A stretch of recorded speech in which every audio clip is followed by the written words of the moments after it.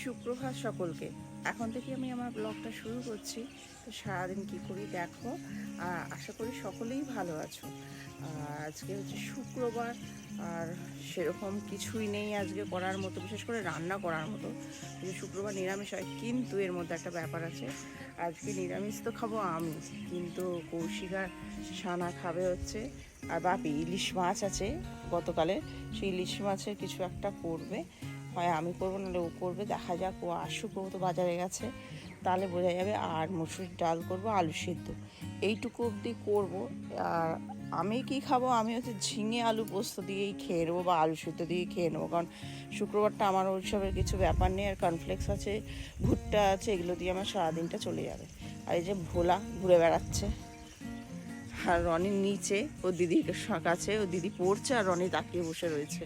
আর আকাশটা বেশ ভালোই লাগছে আজকে, মেঘলা, আর সূর্য ওঠেনি এখনো অবধি, আর উকিও মারেনি মেঘের ফাঁক দিয়ে। তো দেখা যাক সূর্য ওঠে কিনা।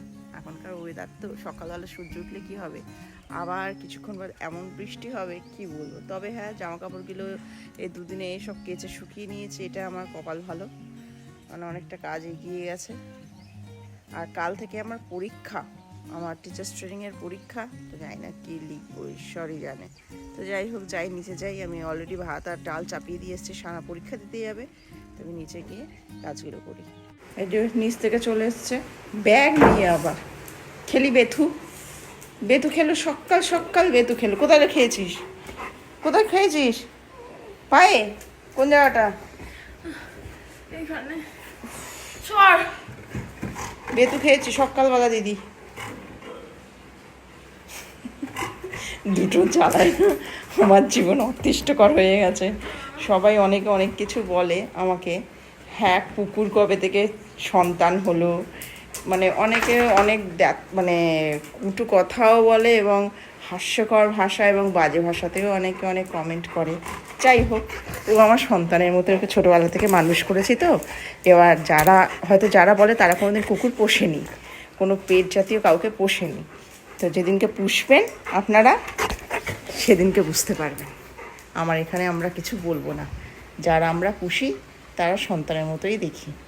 কারণ তো ছোট্টবেলা থেকে তো ওর টয়লেট পটি সমস্ত কিছু পরিষ্কার করা, ওর বমি পরিষ্কার করা। একটা ছোট বাচ্চা যখন সদ্যজাত শিশু জন্মায় না, তার মায়ের পেট থেকে, তার মা যা যা করে, তো রনিকেও আমি সেই জিনিসটাই করেছি। ওই জন্য আমারও সন্তানের মতোই ভালোবাসা ওর প্রতি। তো সেই জন্য সন্তান হিসাবেই কৌশিক আর আমি দেখি।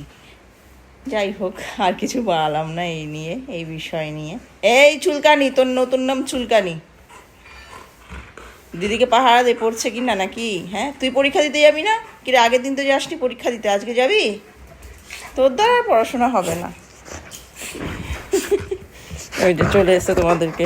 হ্যাঁ, গুড মর্নিং বলতে এসছি। গুড মর্নিং, ঠিক আছে, গুড মর্নিং বলছে।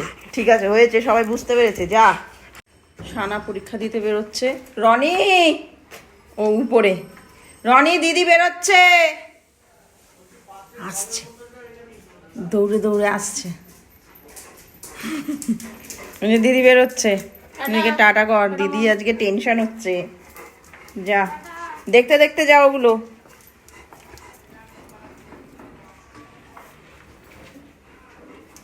টাটা। কি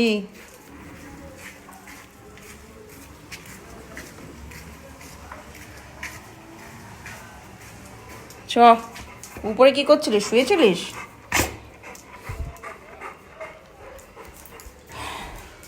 এবার আমি আমার বাদবাকি কাজগুলো করি। সানা বেরিয়ে গেছে, তারপরে আমার সানা যখন চলে আসবে 12টা না 12:30। আর আমারও অনেক লেখা আছে, কালকে আমার পরীক্ষা। আমি যাই কাছে। তো আজকে রান্না করছে হচ্ছে, আগের দিনের ইলিশ মাছ ছিল, সেটা দিয়ে আলু দিয়েই খাবে। আর এখানে ঝিঙে আলু পোস্ত করব, আর ডাল আগেই হয়ে গেছে। এটাতেই আমাদের আজকে দুপুরবেলাকার খাবার। তো এই একজন ঘাস মারার আবার ওষুধ দিচ্ছে, কিছুটা দিয়েছিল সেদিনকে, সব ঘাসগুলো এদিকটা মরে গেছে, কিন্তু এই দিকটা তো দিতে হবে। আর একবার ছিটিয়ে দিচ্ছে, খুব সাবধান আম গাছ। আর ওই দিকে যদি এক ছিটতে লাগে না, গোলাপ গাছটা গেল, গোলাপ গাছে লেগে গেছে অলরেডি। তুমি না সত্যি, তুমি যাও এখান থেকে, নাহলে তোমার মুখেও দিয়ে দেবো আমি। যাও এখান থেকে। মুখে দেবে? ও দাও।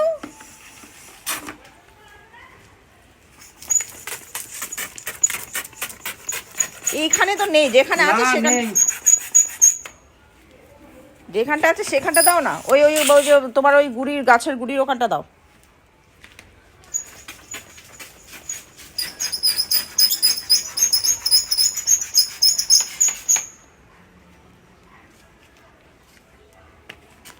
এখানে একজন শুয়ে আছে মন মরা হয়ে, সকলেই বুঝতে পারছো কেন।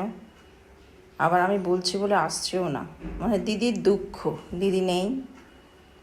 সত্যি কিভাবে বোঝে বলো, মানে এদের মধ্যে কত ফিলিংস। এই যে কি, কে ডাকলো? বাইরে কেউ ডাকেনি, কার আওয়াজে এলো? ও পাশের বাড়ি।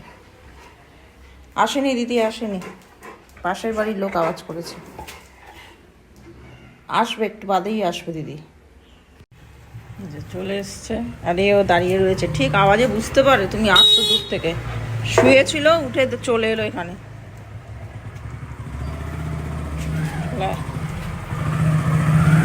ছানার জন্য অপেক্ষা করছে, বারে দরজার দিকে যাচ্ছে, একবার বসছে একবার যাচ্ছে। চলে এসছে, আমি পুজো দিচ্ছিলাম, ওই জন্য আমি আর দরজা খুলতে পারিনি, বাবা দরজা খুলে দিয়েছে।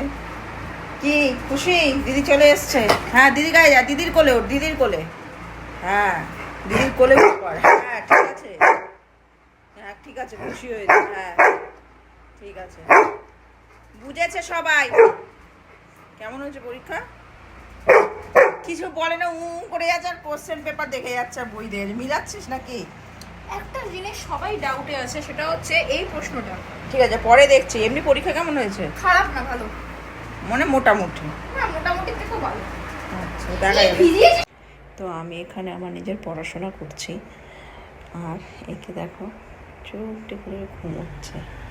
আমি যেখানে যাব ও সেখানেই শুয়ে থাকে, মানে নিচেও দিদি বাবা আছে কিন্তু যাবে না ও, ঠিক আমি যেখানটা থাকবো সেখানটাতেই থাকবে। আর যত বড় হচ্ছে তত ন্যাওটা হয়ে যাচ্ছে আমার, কি জানি। কি কিউট লাগছে দেখো।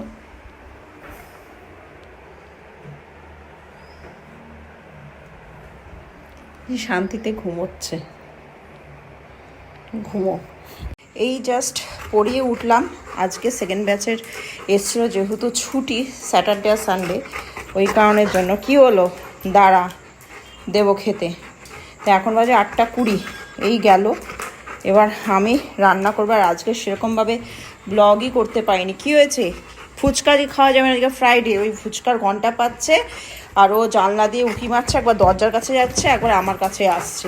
আজকে ফুচকা দেবো না। ওই যে দেখো, দেখেছো ঘন্টা পাচ্ছে, দেখবি দেখ, ঘন্টার আওয়াজ পাচ্ছে, তো ও ফুচকা খাবে। কিন্তু আজকে ফ্রাইডে আমি ফুচকা কিনে দিতে পারবো না। আর আজকে আমি সেরকমভাবে ব্লগটা সেরকমভাবে করতে পারিনি, কারণ হচ্ছে আমার কালকে পরীক্ষা। আমি সারাদিন বসে বসে 12টা থেকে লেখা আরম্ভ করেছি, এখনও একখানা কোশ্চেন বাকি, তারপর পড়া বাকি আছে এখনও। তো এখন একটু রুটি করব, আলু ভাজবো, ব্যাস। তো ডিমের ভুজিয়া খাবে হচ্ছে কৌশিক আর সানা, আর আমি রুটি খাবো হচ্ছে আলু ভাজা দিয়ে। চল এদিকে আয়, এদিকে আয়, চল আমি আটাটা মাখি, দেরি হয়ে যাবে, আবার কৌশিক বাজার যাবে। আজকে বলছি তো ফুচকা দিতে পারবো না, টং টং আওয়াজ হচ্ছে, আর আমাকে পাগল করে দিচ্ছে ফুচকা খাওয়ার জন্য। তুই জানিস না যে শুক্রবার? কালকে দেবো, কালকে কালকে ফুচকা কিনে দেবো।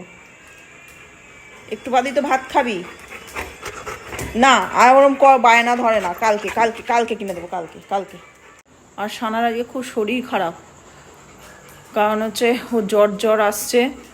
দুপুরবেলা থেকে একটুকুনিও বই নিয়েও বসতে পারিনি, শরীরটা খুবই খারাপ, চোখ টোক লাল হয়ে গেছে, হঠাৎ করে গায়ে টেম্পারেচার বেড়েছে। কিন্তু ওই 100 মতো। আর কালকে রাত্রিবেলায় প্রায় 20 থেকে 25 বার হাঁচি দিয়েছে, আর কাশছে, গলা ব্যথা, ঠান্ডা গরম লেগেই হয়েছে। গিয়ে শো না, আমি রুটি করে তারপর শুয়ে শুয়ে কোশ্চেনগুলো একটুখানি পর। আমি উঠছি, উঠে করছি। ভাগ্যিস কালকে ছুটি আছে, কাল পরশু, নাহলে কি হালতটা হতো বলতো, পরীক্ষা বানচাল হয়ে যেত, আর লাস্ট পরীক্ষা। বস আমি রুটি বা আলু ভাটা করে নিই। এরা বেরোচ্ছে, এর শরীর খারাপ, এই শরীর খারাপ অবস্থা, ওর বাবা ওকে নিয়ে যাচ্ছে। শরীর খারাপ দেখে বুঝতে পারছো না জ্বর হয়েছে গায়ে? তুমি তো ওকে ডাক্তারখানায় এলিতেলি দেখাও না, এখন কোন ডাক্তারখানায় তুমি নিয়ে যাবে? তুমি তো সেই দেখাও। দেখছি কোন ডাক্তার পাওয়া যায়। এখন ডাক্তার পাওয়া যায় নাকি রাত্রি 9টা 9:30টার সময়? সব পাওয়া যায়, এমার্জেন্সিতে শরীর খারাপ হলে কি করবে? চল।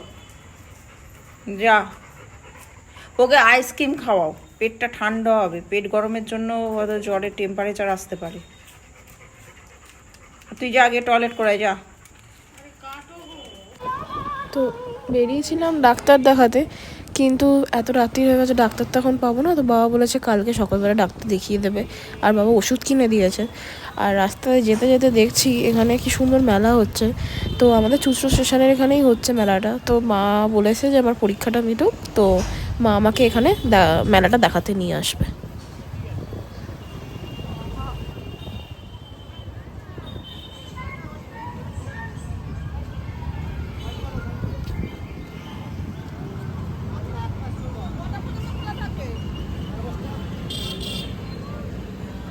এসটিতে এসছি রোল নেব বলে, একটা এগ চিকেন কাবাব রোল নিয়েছি।